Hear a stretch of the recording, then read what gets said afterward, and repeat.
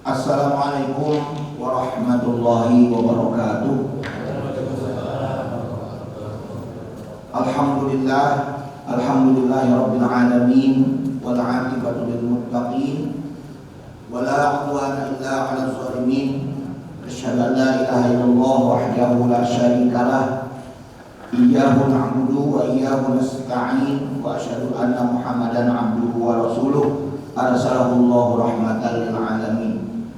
Allahumma shalli wa sallim wa barik ala Sayyidina Muhammad wa ala ali Sayyidina Muhammad.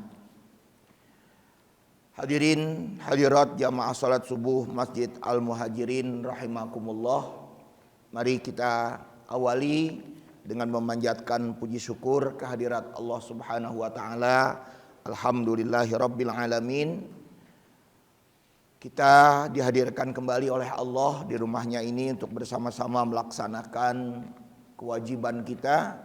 Mudah-mudahan seluruh rangkaian ibadah kita pada hari ini mendapat ridho dari Allah Subhanahu wa taala.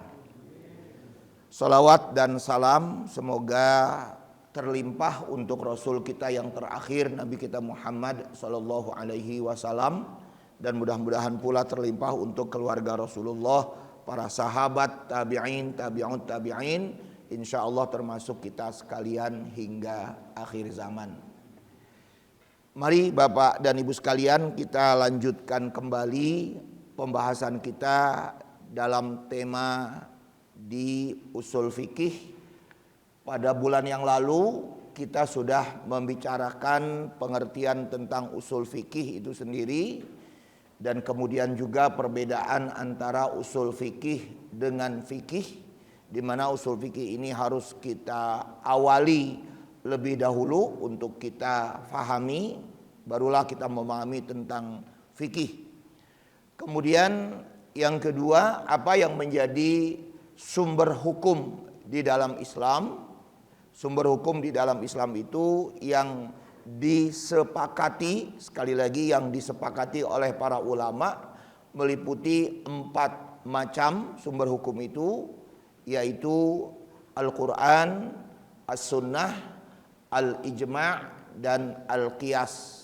Sedangkan yang berjumlah 6 lagi, semuanya itu menjadi ikhtilaf dalam pembahasan di usul fikih ini, khususnya ketika kita ingin menetapkan hukum-hukum dari teks-teks ayat maupun teks-teks hadis tersebut. Pada kali ini kita akan masuki sumber hukum yang kedua. Sumber hukum yang kedua kita menyebutnya adalah As-Sunnah.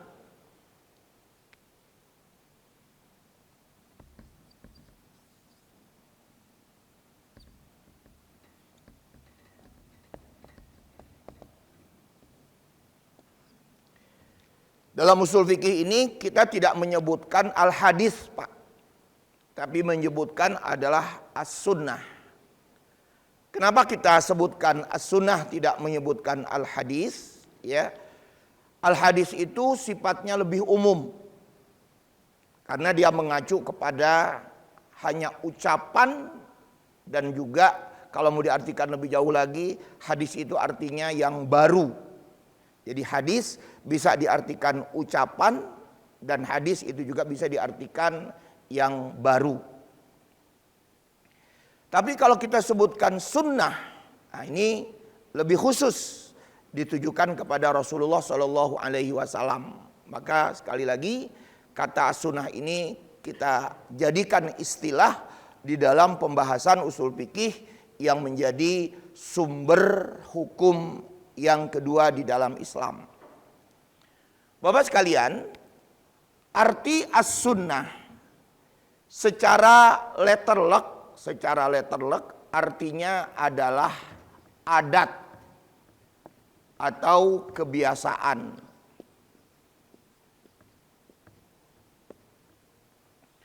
Jadi kalau disebutkan sebagai sunnah Rasul, berarti adat atau kebiasaan Rasul. Begitu arti di dalam masalah ini. Jadi bukan sunnah itu dalam arti kalau dikerjakan berpahala, kalau ditinggalkan nggak berdosa, bukan arti begitu Pak dalam kaitan di sini. Jadi sunnah dalam pengertian di sini secara letterlek berarti adalah adat atau kebiasaan. Disebut dengan sunnah Rasul berarti kebiasaan-kebiasaan Rasul. Nah kemudian arti secara syariat itu apa? Arti secara syariat sunnah itu.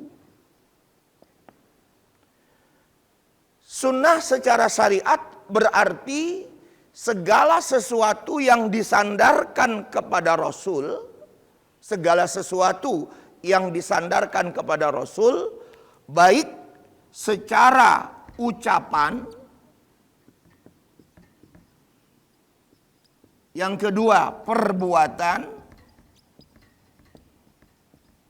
dan yang ketiga adalah persetujuan.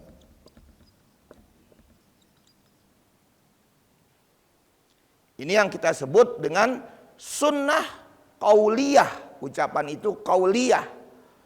Kemudian yang keduanya disebut perbuatan berarti sunnah fi'liyah.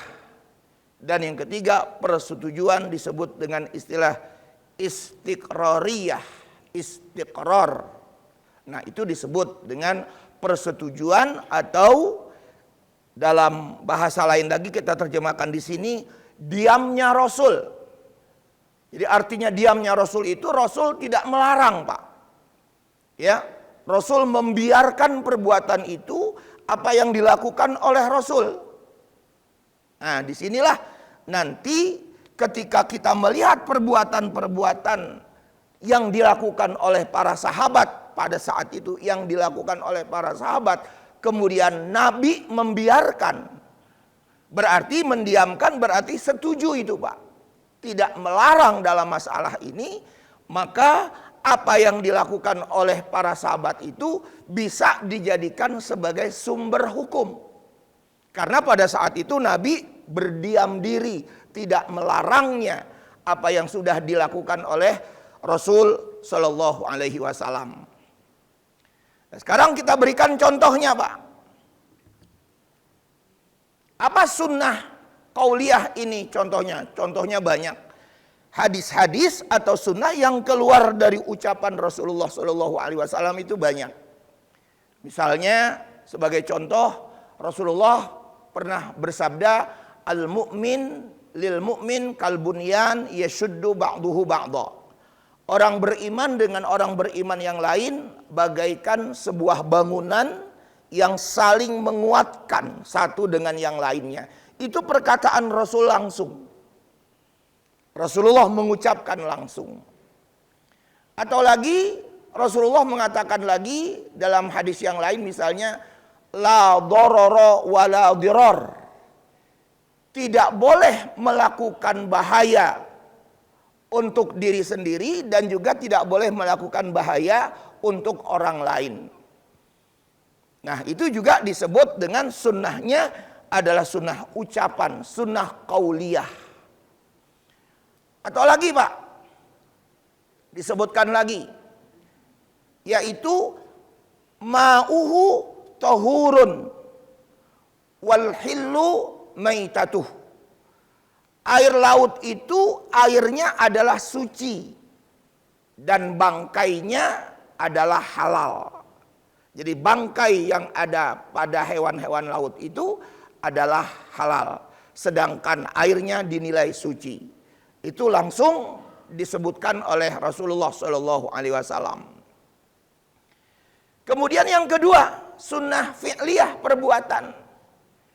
Di mana nanti Pak kita melihat bahwa sunnah perbuatan Rasul ini, contohnya juga banyak. Misalnya kita berikan contoh khususnya yaitu bagaimana Rasulullah Shallallahu Alaihi Wasallam mempraktekkan sholat. Nah, bagaimana Rasulullah SAW mempraktikkan sholat.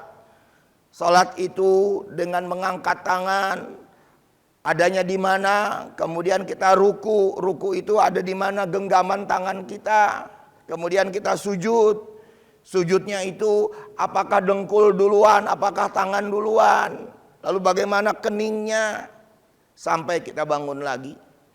Nah, itu semua adalah ada pada perbuatan-perbuatan Rasul. Disebut dengan sunnah fi'liyah. Kemudian yang disebut dengan sunnah persetujuan di sini, kita melihat lagi di sini juga banyak ini Pak tentang sunnah persetujuan Rasul ini. Misalnya salah satu contohnya adalah ada dua orang sahabat Rasulullah Shallallahu Alaihi Wasallam yang pada saat itu dalam keadaan kemarau Pak, mau sholat nggak ditemukan air untuk berwudu. Lalu salah satu dari seorang sahabat Rasul ini akhirnya dia tayamum Pak dan sholat. Nah setelah sholat, setelah bertayamum dan sholat itu tadi, ternyata dia menemukan air. Nah akhirnya salah satu sahabat ini yang satu tidak lagi sholat karena dia tadi sudah sholat dengan tayamum, yang satunya lagi karena dia sudah menemukan air akhirnya dia sholat Pak. Dua persoalan ini akhirnya mengadu kepada Rasulullah. Ya Rasulullah, saya tadi begini-begini, sedangkan yang si B ini begini-begini. Maka pada saat itu Rasulullah mengatakan, kamu yang sudah melaksanakan sholat dengan tayamum itu, kata Rasulullah, kamu sudah menjalankan sunnah. Sedangkan kamu yang sholat lagi, berarti kamu mendapatkan dua pahala. Nah, jadi berdasarkan apa yang dilakukan oleh sahabat Rasulullah, dua sahabat Rasulullah ini, Rasulullah tidak menggubris, tidak menyalahkan si A dan si B, itu tidak disalahkan. Jadi di situ artinya ada persetujuan Rasul Shallallahu Alaihi Wasallam. Contoh berikutnya, contoh kedua, ketika serombongan sahabat Nabi Shallallahu Alaihi Wasallam diutus untuk menuju Bani Quraizoh. Bani Quraizoh ini salah satu suku dari orang-orang Yahudi. Mereka akhirnya pergi serombongan sahabat ini. Kata Rasulullah SAW, kamu jangan sholat kalau nanti sudah sampai di Bani Quraizoh. Nah akhirnya di dalam perjalanan itu ternyata waktu sholat sudah tiba Pak. Di waktu perjalanan sebagian sahabat melaksanakan sholat, tapi sebagian sahabat lagi akhirnya Pak waktunya habis. Tapi dia mengikuti pesan Rasulullah, jangan kamu melaksanakan sholat kecuali kamu sudah sampai di situ, di Bani Quraizoh itu. Akhirnya dilaksanakan seperti itu. Nah, dari apa yang dilakukan oleh dua sahabat ini, dua rombongan sahabat ini, maka hal ini diadukan kepada Rasulullah. Maka dari situ pula lah Rasulullah menjawab seperti tadi, kamu adalah melaksanakan sesuai dengan ketentuannya, yaitu sudah waktu sholat kamu laksanakan, sedangkan kamu itu berarti apa yang sudah dipesankan oleh Rasulullah, kamu juga melaksanakan sholat ketika kamu sudah sampai di Bani Quraizoh. Dan dua-duanya tidak disalahkan. Artinya Rasulullah setuju pada saat itu. Nah, jadi sekali lagi saya katakan tadi bahwa dari contoh-contoh yang dilakukan oleh Rasulullah, oleh sahabat-sahabat Nabi Shallallahu Alaihi Wasallam ini, dalam masalah ini sekali lagi perbuatan sahabat bisa dijadikan sebagai sumber hukum berdasarkan apa yang kita sebutkan tadi. Nah, Bapak sekalian, untuk apa sunnah ini di dalam kita memahami dari aspek hukumnya? Yang pertama, sunnah ini kita perlukan adalah untuk memperkuat ayat-ayat Al-Quran, untuk memperkuat. Misalnya apa Pak? Ayat Al-Quran membicarakan tentang sholat, memerintahkan tentang sholat. Lalu diperkuat oleh hadis Nabi. Nabi juga mengatakan begitu. Ayat Al-Quran memerintahkan tentang puasa. Hadis Nabi juga begitu, memerintahkan tentang puasa. Dan seterusnya, dan seterusnya, dan seterusnya. Jadi fungsi sunnah yang pertama adalah untuk memperkuat hukum yang sudah dinyatakan oleh Al-Quran. Kemudian fungsi yang kedua. Fungsi yang kedua di dalam as-sunnah ini adalah untuk memperluas apa yang disebutkan atau yang diperintahkan oleh Al-Quran. Apa maksudnya untuk memperluas di sini, Pak? Yaitu untuk memberikan penjelasan bagaimana mempraktekkan dari ibadah-ibadah yang sudah diperintahkan oleh Al-Quran. Misalnya gampangnya perintah sholat. Ayat Al-Quran hanya mengatakan aqimis sholah atau aqimus sholah. Ayat Al-Quran cuman ngomongnya begitu, Pak. Tapi bagaimana praktek sholat? Gak ada di dalam Al-Quran. Praktek sholat, cara kita melaksanakan sholat itu gak kita temukan dalilnya di dalam Al-Quran. Lalu dari mana kita temukan? Yaitu dari as-sunnah dalam masalah ini. Seperti yang saya sudah katakan tadi, yaitu dengan sunnah yang disebut dengan sunnah fi'liyah, sunnah perbuatan. Dan seterusnya, dan seterusnya. Termasuk kita melaksanakan ibadah haji, ya. Nah, semuanya itu dipraktekkan oleh hadis-hadis atau oleh as-sunnah dari Rasulullah SAW. Maka ayatnya dikatakan di dalam Al-Quran surat An-Nahl itu bahwa kata Allah, kami turunkan Al-Quran itu az-zikra litubayyina linnas, agar engkau wahai Muhammad, kata Allah, agar engkau bisa menjelaskan, litubayyina, untuk engkau jelaskan, untuk engkau terangkan, linnas, kepada manusia. Itu surat An-Nahl di ayat 42 ayatnya. Jadi fungsi yang kedua sekali lagi di dalam masalah ini adalah untuk memberikan penjelasan tentang bagaimana mempraktekkan dari perintah-perintah Allah tersebut. Dan kemudian kita memahami kembali bahwa as-sunnah itu sendiri diperintahkan oleh Allah Subhanahu wa taala untuk dipegang, untuk dipedomani, untuk dilaksanakan. Jadi tidak hanya Quran, ya, tetapi as-sunnah pun harus dilaksanakan. Apa dasarnya, Pak? Dasarnya banyak ayat-ayatnya.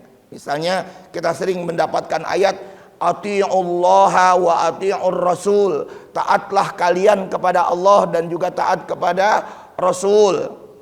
Ya, kemudian lagi misalnya ayat lagi yang mengatakan mayuti'illah faqad mayuti'ir rasul, mayuti'ir rasul faqad ata'allah. Barang siapa yang taat kepada Rasul, maka sungguh dia taat kepada Allah.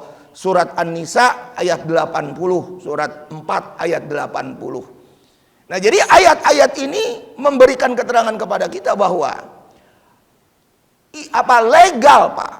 Legal Allah menyatakan bahwa kita sebagai umat ini harus mentaati kepada Rasulullah Sallallahu Alaihi Wasallam. Taat kepada Rasul berarti mutlak dalam masalah ini. Bapak sekalian, kemudian yang menjadi pertanyaan kita sekarang ini, Pak. Nah, ini yang menjadi pertanyaan kita, yang kadang-kadang kita suka membingungkan, ya, dalam masalah ini. Apa pertanyaannya, Pak? Apakah semua yang melekat pada Rasul itu harus ditaati? Pertanyaannya itu. Saya ulangi sekali lagi. Apakah semua yang melekat pada Rasul, apa yang ada pada Rasul Nabi Muhammad SAW itu harus ditaati? Jawabannya belum tentu. Jadi kalau tadi kita memang mengatakan di dalam ayat mengatakan taatlah kamu kepada Allah, taatlah kamu kepada Rasul, saya katakan tadi di situ adalah mutlak untuk kita taati Rasul, tapi harus difahami lagi, Pak. Nabi Muhammad SAW itu sendiri adalah apa? Adalah manusia seperti kita. Itu harus dipahami. Sehingga ketika apa yang dilakukan oleh Nabi Muhammad, itu belum tentu berdasarkan wahyu. Nah, jadi di mana ketaatan mutlaknya kita kepada Nabi Muhammad, kepada perbuatan Rasulullah SAW? Ketika Nabi Muhammad SAW menetapkan itu dari Allah, dari wahyu. Tapi kalau berkaitan dengan pribadinya, berkaitan dengan hal-hal dengan sisi manusianya, belum tentu kita di situ wajib untuk mentaatinya atau mengikutinya. Nah, inilah yang dikatakan oleh Allah di dalam Al-Quran surat Al-Kahfi ayat terakhir di ayat 110.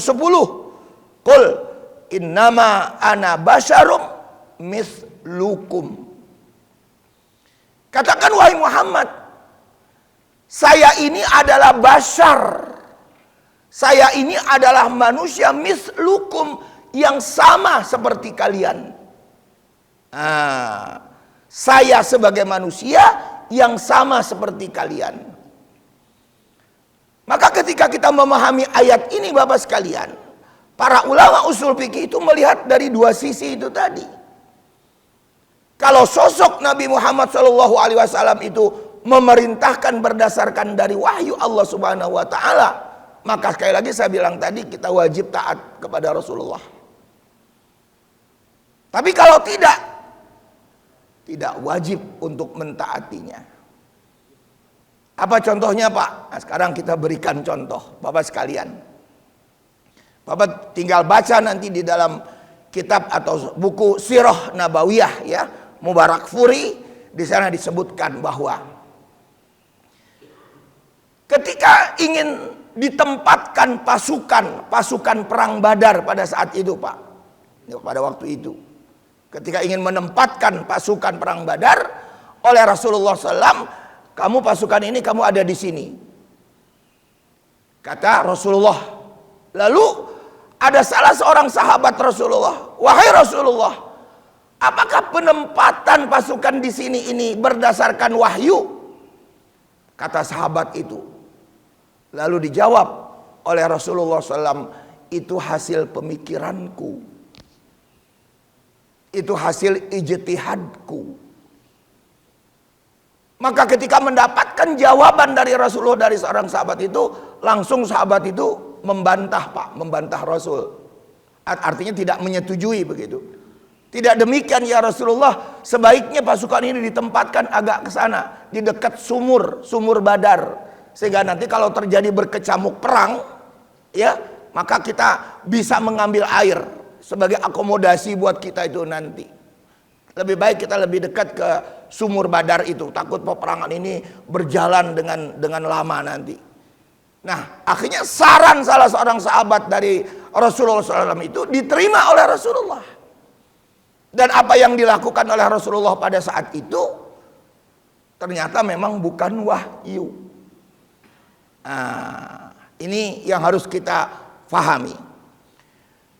Kemudian yang berikutnya yang harus kita pahami lagi dalam masalah ini adalah apa yang menjadi hobi Rasul. Hobinya Pak, dalam hal makan misalnya, kita contohkan dalam hal makan.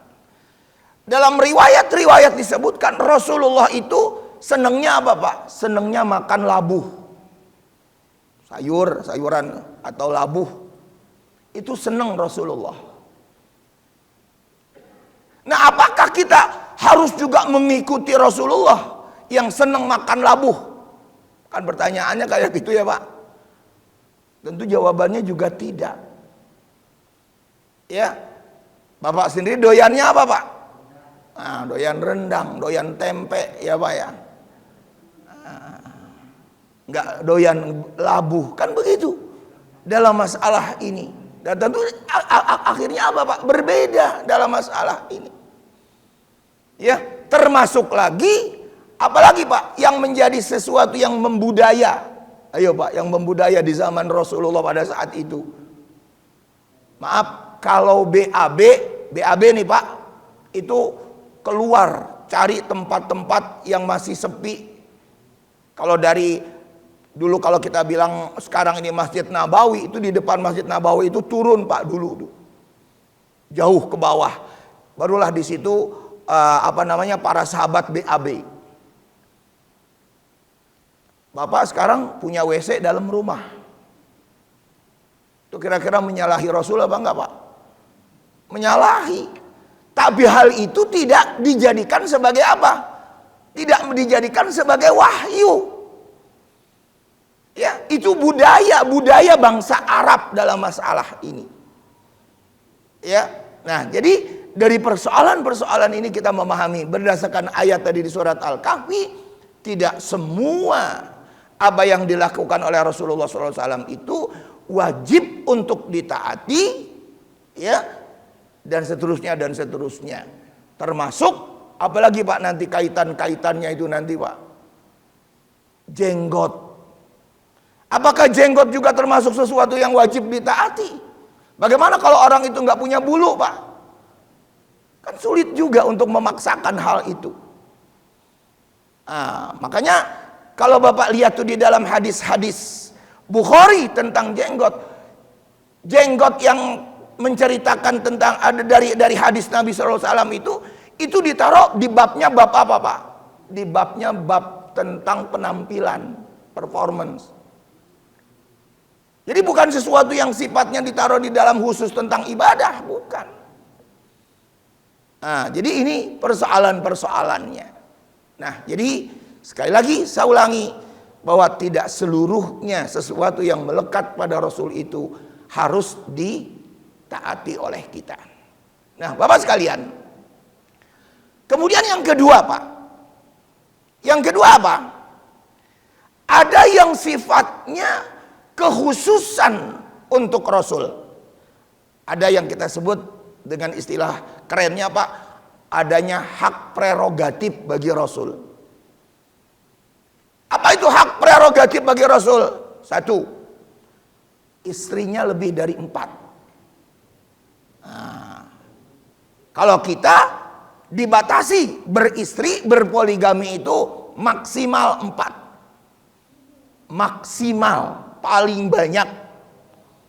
Tapi Rasulullah 11. Lebih dari 4. Pertanyaannya, apakah yang begini harus ditiru Pak? Ya enggak. Harus 11 juga. Oh, saya ngikutin sunnah Rasul nih, harus 11 juga? Enggak. Batasannya hanya 4. Itu namanya kekhususan yang diberikan oleh Allah kepada Rasul yang tidak wajib untuk kita tiru, kita laksanakan, kita taati. Nah, yang kedua, apa yang menjadi hak prerogatif Rasul dari Allah kepada Rasul? Rasul wajib melaksanakan sholat malam. Wajib, harus. Kita umatnya Pak tidak wajib melaksanakan sholat malam itu. Hanya sebagian ulama mengatakan ya sunnah muakkadah saja. Sunnah yang mendekati kepada wajib, tapi tidak disebut dengan wajib. Nah, jadi persoalan-persoalan yang seperti inilah di mana kita harus mampu memilah. Ya, sehingga ketika kita bisa memahami usul fikih dalam permasalahan seperti ini, nggak mungkin, kembali lagi saya bilang pada waktu-waktu yang lalu, nggak mungkin kita itu berikhtilaf, berbeda di dalam memahaminya. Kalau kita memahaminya dengan sebaik-baiknya. Dan kalaupun sudah terjadi adanya perbedaan-perbedaan itu, kita pun dalam masalah ini tentunya akan punya sikap legowo ketika kita melihat perbedaan-perbedaan seperti itu. Nah, dari situlah kita melihat praktek-praktek apa yang dipahami di dalam usul fikih. Bapak sekalian, kemudian kalau kita bertanya kembali, mengapa ada ikhtilaf? Kalau kemarin kan di dalam pembahasan sumber hukum yang pertama yaitu Al-Quran, mengapa timbul ikhtilaf? Saya katakan pada waktu yang lalu, terjadinya pemahaman secara bahasa yang berbeda. Itu saya sudah sampaikan pada waktu yang lalu. Contohnya seperti apa Pak pada waktu yang lalu itu, kaitannya dengan kita batal enggak nih menyentuh lain jenis wudhu kita.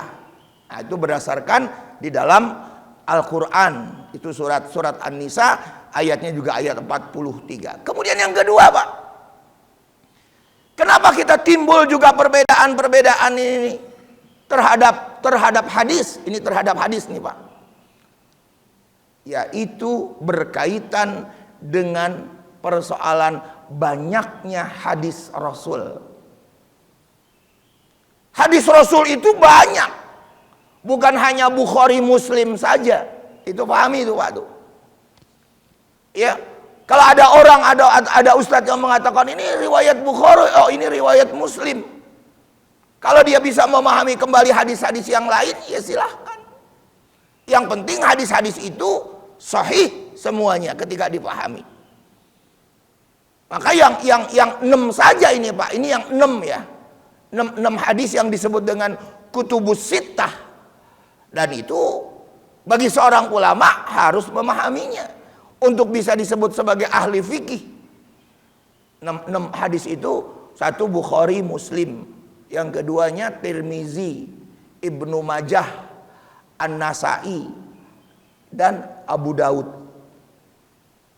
Ini 6 nih, 6 hadis, 6 buku hadis yang kita sebut dengan kutubus sittah. Belum lagi kumpulan hadis-hadis yang lain lagi nih Pak. Apa itu misalnya? Musnad Imam Syafi'i, Musnad Imam Ahmad bin Hambal. Kumpulan hadis lagi yang dihimpun oleh Imam Malik, yang kemudian dijadikan pedoman dalam masalah hukum fikih ini, yaitu Al-Muwatta. Baca enggak itu hadis-hadis yang di dalamnya di situ? Kemudian lagi ada lagi yang namanya Sahih Pak, Sahih Ibnu Khuzaimah. Dibaca enggak ini dalam hadis-hadis ini? Dan seterusnya dan seterusnya. Sahih Ibnu Mubarak dan seterusnya dan seterusnya. Banyak lagi ya buku-buku hadis tersebut. Nah, jadi banyaknya hadis-hadis inilah yang melahirkan perbedaan-perbedaan. Contoh, kita berikan contoh Pak sekarang. Barangkali Bapak ada yang membaca doa iftitah, Allahumma ba'id baini. Atau Bapak membaca ada lagi wajjahtu wajhiya. Oh, di satu sisi lagi Pak, saya nggak langsung wajjahtu wajhiya, melainkan saya membaca ini ada tambahannya, ini wajjahtu wajhiya. Itu udah beda tuh. Yang satu Allahumma ba'id, yang satu wajjahtu, yang satu ditambahin lagi ini wajjahtu. Kemudian lagi kita praktekkan lagi di dalam masalah ini soal mengangkat tangan ketika kita takbir.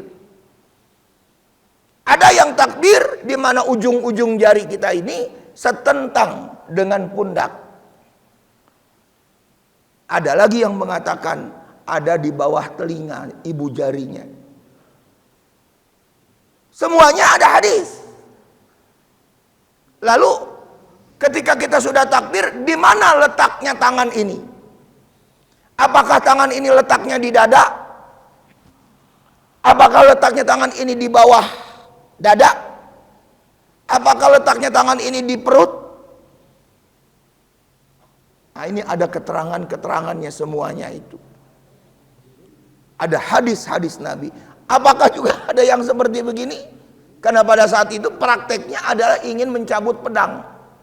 Dalam perangnya perang, dalam peperangan, sholatnya dalam perang. Sholatul khauf. Ya, sholat dalam perang ketika dia nanti takut didatangi oleh musuh, maka dia dengan gampang untuk mencabut pedangnya itu. Nah, semuanya itu praktek-praktek yang berbeda-beda dalam masalah ini tentang sholat. Ya, termasuk pemahamannya yang saya bilang tadi Pak. Kalau Bapak sujud dengkul duluan, apa tangan duluan sih? Allahu Akbar begini? Atau ini dulu Pak? Nah, itu kan persoalan-persoalannya dalam masalah ini. Ya. Makanya dipahami oleh para ulama-ulama kita. Kalau orang yang sujudnya apa Pak? Tangan duluan, itu menunjukkan apa Pak? Orang itu udah tua. Ya iya. Supaya punya apa? Kekuatan, supaya punya pegangan sehingga nggak bimbang dia, nggak takut jatuh. Nah, bagi yang muda ya dengkul duluan, ya dengkul, tangan baru kening, kan begitu. Dalam masalah ini mempraktekannya, ya. Nah kemudian lagi ketika Bapak tahiyat, ini tahiyat ini goyang-goyang. Apa diam aja nih? Ini pemahaman saya katakan tadi dalam masalah seperti ini. Ya. Nah, jadi semuanya ini saya katakan tadi adalah persoalan-persoalan yang memang ada di dalam pembahasan usul fikih dan fikihnya.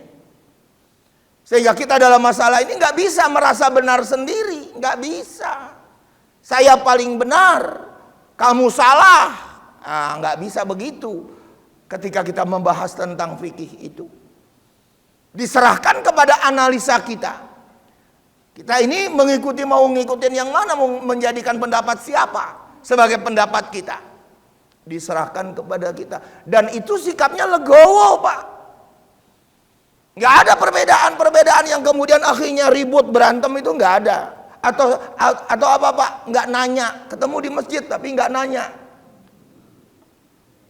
Nah, itu kan persoalan sebetulnya. Apa yang salah? Ya, imam-imam mazhab itu tidak demikian. Ya, Imam Syafi'i, bayangkan Pak, dari kecil dia sudah pergi ke Madinah belajar kepada Imam Malik. Ya, Imam Ahmad bin Hambal pernah bertemu juga dengan Imam Syafi'i dan juga belajar dengan Imam Syafi'i. Lalu Imam Syafi'i kagum dengan apa yang dijadikan pendapat dari Imam Ahmad bin Hambal. Gak pernah berantem, gak pernah gak nanya Pak. Nanya terus. Nah, jadi sikap-sikap inilah jangan merasa benar sendiri dari sisi perbedaan-perbedaan tersebut. Maka dengan demikian, dari apa yang kita pahami ini, tentunya bagi kita ini adalah sesuatu yang harus benar-benar kita dalami dengan sebaik-baiknya. Ketika kita dalam memahami ajaran Islam ini, insya Allah persoalan-persoalan itu justru akan memberikan ketenangan buat kita. Bagaimana kita bisa mengamalkan ajaran-ajaran agama itu dengan sebaik-baiknya. Nah, saya kira itu Bapak sekalian pembahasan kita di dalam sumber hukum yang kedua, yaitu as-sunnah. Disilahkan Pak, kita dialog, kita diskusi, kita tanya jawab, atau Bapak barangkali bisa memberikan informasi. Silahkan Pak.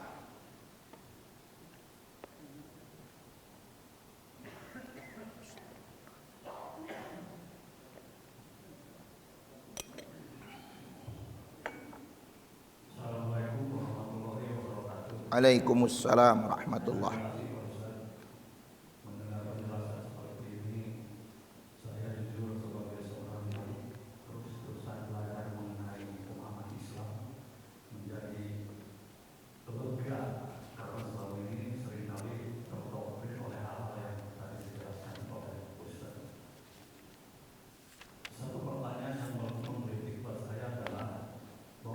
Perbedaan itu tidak, perbedaan itu sesuatu yang wajar, sesuatu yang manusia.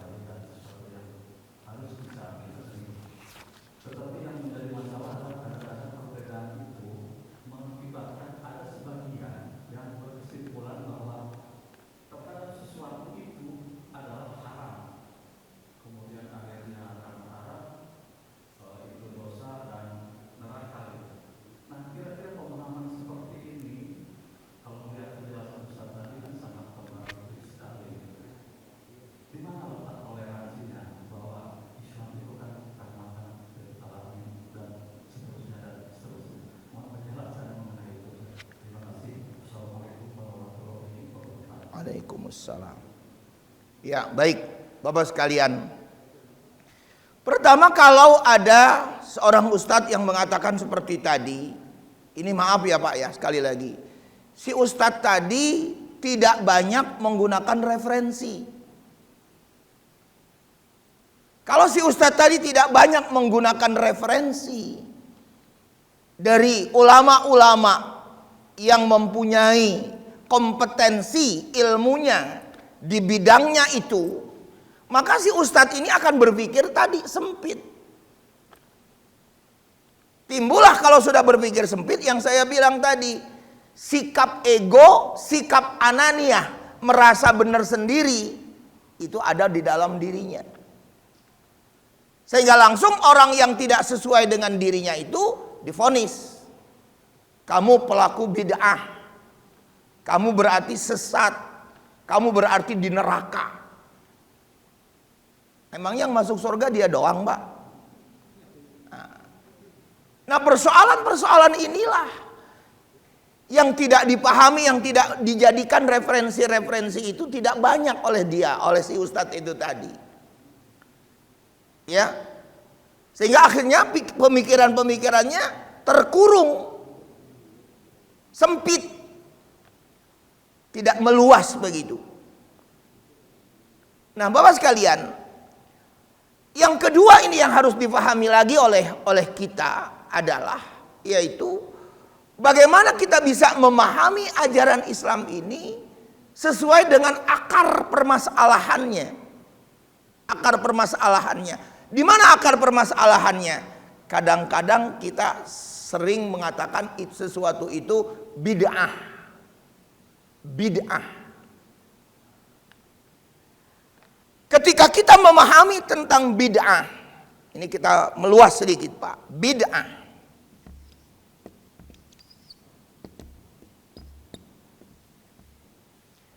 Memang secara letterlock berarti bid'ah itu adalah sesuatu yang baru. Sesuatu yang tidak dicontohkan oleh Rasul.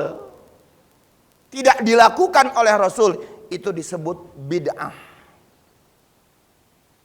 Nah, lalu yang menjadi pertanyaannya sekarang, apakah apa yang tidak dilakukan oleh Rasulullah itu adalah akan sesat? Tempatnya di neraka.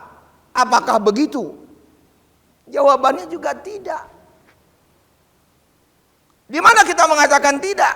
Di sini ada sunnah yang kita sebut dengan sunnah takririyah, sunnah persetujuan Rasul seperti yang saya sudah contohkan tadi. Apakah yang dilakukan oleh para sahabat itu? Oh, pada saat itu kan ada Nabi. Tapi sahabat nggak pernah apa Pak? Nggak pernah konfirmasi dulu dengan Rasul.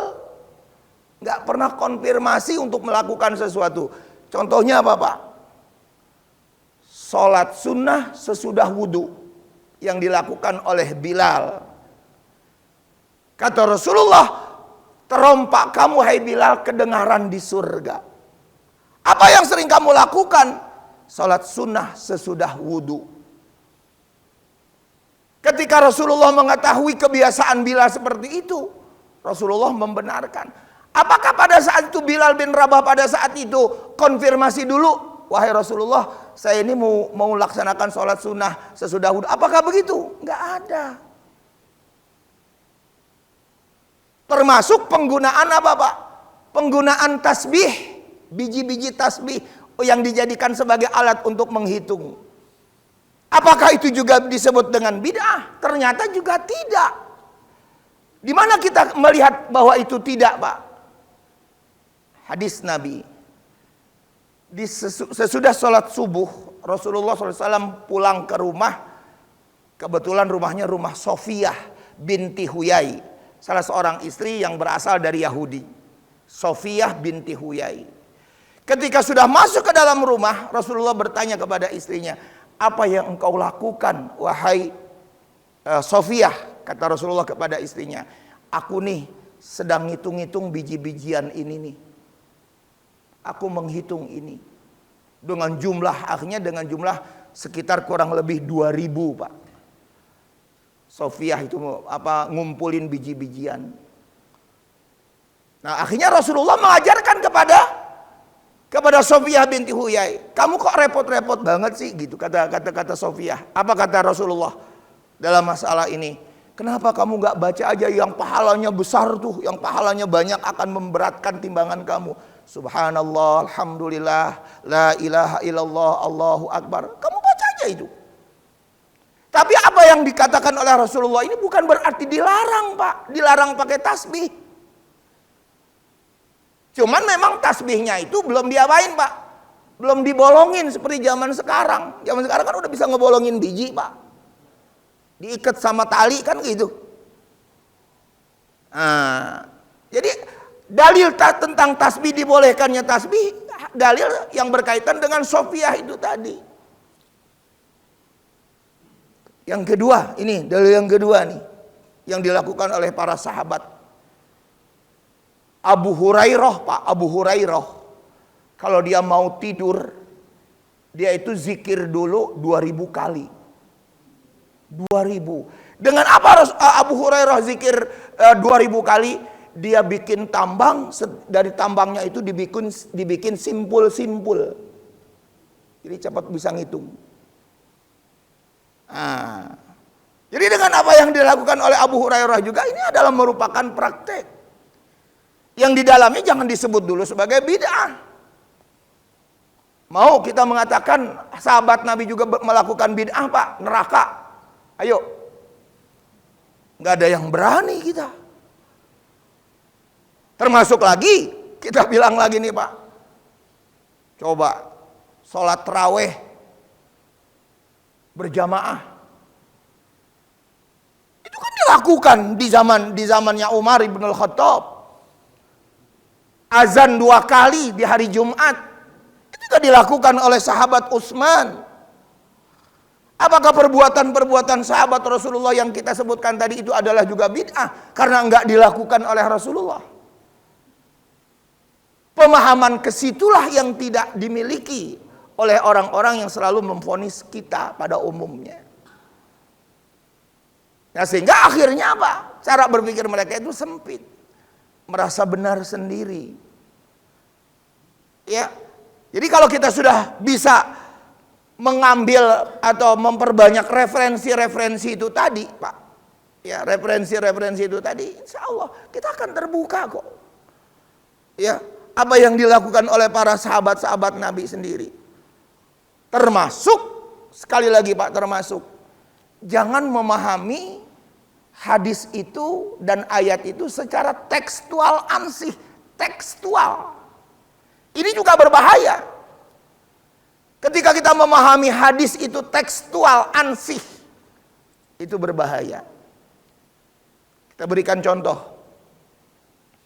Memang hadis Nabi mengatakan begini, naha Rasulullah sallallahu alaihi wasallam ayyujassasal qabra. Rasulullah sallallahu alaihi wasallam melarang kubur itu dibangun. Kuburan itu dibangun, itu dilarang oleh Rasulullah. Ternyata konteks hadisnya mengapa Rasulullah melarang pada saat itu? Karena tanahnya tanah orang, Pak. Gak boleh dibangun. Coba aja Bapak lihat, barangkali Bapak yang sudah pernah pergi ke Tarim, Hadramaut. Itu kuburan wali-wali itu kan dibangun-bangun tuh. Apakah mereka juga nggak ngerti agama itu, Pak? Nggak ngerti hadis? Kuburan wali kalau kita lihat di Tarim, di Yaman ya, negara Yaman itu. Itu kuburan-kuburan wali itu dibangun di tembok begitu. Nah, itu kan persoalan-persoalannya sebetulnya. Ya. Nah, termasuk lagi perempuan-perempuan yang dilarang untuk apa? Untuk berziarah ke kubur. Apakah juga perempuan itu dilarang berziarah ke kubur? Memang hadis Nabi mengatakan la'anallah zawarat. Rasulullah SAW Allah Subhanahu wa taala melaknat, mengutuk perempuan-perempuan yang berziarah ke kubur. Lalu bagaimana hadis Nabi yang mengatakan fazurul kubur fa innaha tudzakkirul maut. Berziarahlah kalian ke kubur. Karena dengan berziarah ke kubur itu kalian bisa mengingat kepada kematian. Bagaimana ini menyatukan dua hadis yang seakan-akan kontradiktif dalam masalah ini? Kalau dikatakan kontradiktif, kalau dikatakan nih Pak kontradiktif hadis-hadis itu, berarti hadis itu bukan wahyu dong. Yang namanya wahyu nggak mungkin kontradiktif, ya kan Pak? Nggak mungkin ayat dengan ayat itu kontradiktif, atau hadis dengan hadis yang berdasarkan wahyu yang sahih dalam arti ya Pak ya, itu juga nggak mungkin kontradiktif. Bagaimana memahami ini? Ini yang perlu dipahami oleh kita. Maka saya bilang tadi, jangan terlalu tekstual. Walaupun ada sebagian ulama yang mengatakan memahami secara tekstual itu untuk memelihara kesucian teks, kebersihan teks dari campur tangan manusia. Ada sebagian ulama dengan alasan seperti itu tadi. Kalau dipahami secara tekstual. Tapi kalau kita juga memahami secara tekstual juga akan keliru nanti. Apalagi yang kita bilang pada waktu yang lalu kaitannya dengan kita membahas tentang tauhid. Coba Bapak pahami itu. Yang pernah saya bilang. Wa huwa ma'akum ainama kuntum. Dan dia bersama kamu di mana saja kamu berada. Secara akal kita apa nih Pak? Kalau gitu Allah ada di mana-mana dong. Maaf ya Pak, lagi BAB juga Allah sama kita dong. Nah, itu kan jadi persoalan kalau pemahamannya tekstual itu tadi. Ya, akhirnya berkesannya apa? Kalau begitu Allah itu banyak dong, ada di mana-mana. Nah, bagaimana memahami teks hadis ini? Apa ayat ini tadi? Kan persoalan-persoalan sebetulnya. Makanya dulu dalam pembahasan itu ulama mengajarkan kepada kita untuk melakukan apa Pak? Melakukan takwil. Kalau Bapak masih ingat itu takwil. Sebagaimana yang ada di dalam Al-Quran surat Ali Imran surat ketiga di ayat ke-7. Ada takwil. Apa itu takwil? Memindahkan arti yang sebenarnya kepada arti yang lain. Memindahkan dari arti yang sebenarnya kepada arti yang lain. Dulu saya berikan lagi contoh lainnya seperti tangan Allah, yadullah. Tangan, apakah Allah itu bertangan? Nah, jadi pemahaman-pemahaman yang seperti itu harus kita buka dalam masalah ini. Nah, jadi yang pertama kalau dikatakan tadi sebabnya adalah kaitannya dengan satu, saya katakan tidak banyak menggunakan referensi. Kalau kita menggunakan banyak referensi, insya Allah terbuka, kita nggak sempit. Yang kedua, fahami kembali pengertian bid'ah itu sendiri. Tidak semua yang dilakukan oleh Rasulullah itu disebut sesat bid'ahnya. Bahkan ada ulama Pak yang membagi bid'ah itu menjadi 5 Pak.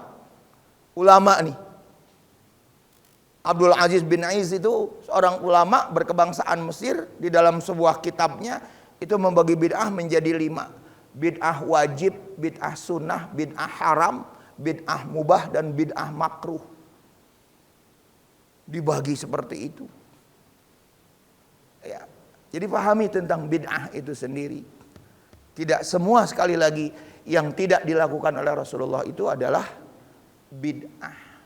Makanya Imam Syafi'i mengatakan bid'ahnya adalah bid'ah yang hasanah. Bid'ah hasanah. Walaupun mencari referensi berdasarkan hadis nggak ketemu istilah bid'ah hasanah itu. Itu hanya dicetuskan oleh siapa Pak? Pencetus bid'ah hasanah itu Pak. Dicetuskan oleh siapa? Oleh Umar bin Khattab. Apa ketika Umar bin Khattab melihat kaum muslimin sedang melaksanakan sholat tarawih di luar dengan berjamaah dengan jumlah jamaah yang berlimpah pada saat itu. Kata Umar bin Khattab, inilah sebaik-baik bid'ah. Nah, sampai begitu akhirnya Umar bin Khattab mengatakan, termasuk ya dalam masalah ini juga adalah bid'ah nih Pak. Quran bid'ah, sehingga dibukukan seperti ini bid'ah. Ya, kalau di zaman dulu kan, di zaman Nabi belum dibukukan kayak begini. Maka ketika dalam masalah ini ada ide brilian dari Umar bin Khattab, dia datang dulu ke sahabat yang namanya Abu Bakar. Wahai Abu Bakar, bagaimana kita himpun nih Quran? Karena sahabat-sahabat kita ini sudah banyak yang wafat, yang hafal Quran, sudah banyak yang wafat. Dan lembaran-lembaran itu tercecer di mana-mana. Suhuf-suhufnya tercecer di mana-mana, lembaran-lembaran wahyu itu. Kata Abu Bakar apa? Apakah engkau berani melakukan sesuatu yang tidak dilakukan oleh Rasulullah? Kata Abu Bakar kepada Umar. Umar terdiam juga pada saat itu.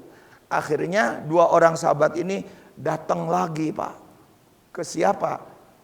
Ke Zaid bin Harith sebagai sekretaris Rasulullah SAW pada saat itu. Datang kepada Zaid bin Harith pada saat itu, bertanya dua orang sahabat tadi, bagaimana kalau kita kodifikasi nih Quran? Zaid bin Sabit sama menjawab seperti Abu Bakar itu tadi. Apakah kamu juga mau melakukan sesuatu yang tidak dilakukan oleh Rasulullah? Namun akhirnya kenyataannya Pak tidak demikian. Karena banyaknya orang-orang yang wafat dari sahabat-sahabat Nabi, akhirnya dibuatlah mushaf Al-Quran di masa Utsman. Prosesnya seperti begitu. Memang lama itu. Ya, dari zamannya Abu Bakar, kemudian ke Umar, dari Umar ke Utsman bin Affan. Makanya Quran yang terkenal itu disebut dengan mushaf Utsmani. Nah, seperti itu. Nah, jadi perkara-perkara bid'ah ini harus dipahami kembali oleh kita. Ya, jangan sampai kita langsung memvonis setiap bid'ah sesat. Kullu bid'atin dolalah katanya. Setiap yang bid'ah adalah sesat. Wa kullu dolalatin finnar. Setiap yang sesat itu ada di neraka. Nah, lalu bagaimana akhirnya? Apa yang dianjurkan oleh Rasulullah ternyata juga nggak berhasil Pak. Apa Pak? Mencangkok pohon korma. Bapak tahu tuh dalilnya. Ketika ada sahabat Nabi yang sedang apa Pak? Mencangkok pohon korma. Pada saat itu Rasulullah mengatakan, nanti mati ini pohon, jangan dilakukan kayak begitu, kata Rasul kepada sahabat tadi. Akhirnya pada saat itu Rasulullah SAW ditaati ajarannya. Beberapa bulan kemudian akhirnya pohon itu mati. Justru nggak berbuah lagi. Akhirnya kata Rasulullah kepada sahabat tadi, setelah mengadu pohonnya mati, pohon kormanya, apa kata Rasulullah? Antum a'lamu bi umuri dunyakum. Kamu itu lebih tahu tentang perkara duniamu. Jadi mencangkok pohon itu kan perkara dunia. Nah, di sini juga harus kita fahami. Perkara-perkara dunia yang tidak dijelaskan di dalam hadis maupun Al-Quran, itu adalah apa Pak? Domain kita. Wilayah kita untuk kita pahami. Soal apa Pak contohnya? Bapak mau bikin apa Pak? Mau bikin kongsi dagang. Bikin MOU. Pointer-pointernya kan analisa kita Pak. Ya dalam masalah ini. Kalau Bapak mau cari di ayat Al-Quran maupun hadis Nabi, nggak ada. Pointer-pointernya itu nggak ada. Itu analisa kita. Apalagi Pak, soal pertanian seperti yang saya bilang tadi, korma itu yang dicangkok. Nah, jadi pemikiran-pemikiran yang harus kita kembangkan seperti itu. Kalau kita sudah bisa mengembangkan seperti itu, insya Allah tadi, ya bisa memilah. Jadi tidak semuanya, sekali lagi, yang bid'ah itu adalah sesat. Saya kira itu Pak. Ada lagi Pak yang mau ditanya? Sudah cukup? Ya, sudah cukup, di jam 6 lewat ya Pak. Duduknya juga udah lama. Baik, kita sudahi. Insya Allah kita lanjutkan kembali pada bulan depan. Yaitu sumber hukum yang ketiga adalah al-ijma', yaitu konsensus para ulama. Bisa nggak konsensus para ulama ini juga dijadikan sebagai sumber hukum untuk kita tetapkan hukumnya di dalam Islam? Mudah-mudahan Allah Subhanahu wa taala memberikan kemampuan kepada kita, kesehatan jasmani dan rohani kita, dan diberikan kesempatan oleh Allah buat kita sekalian untuk bisa bertolabul ilmi. Kita sudahi dengan subhanakallahumma wa bihamdika asyhadu an la ilaha illa anta astaghfiruka wa atubu ilaik. Assalamualaikum warahmatullahi wabarakatuh.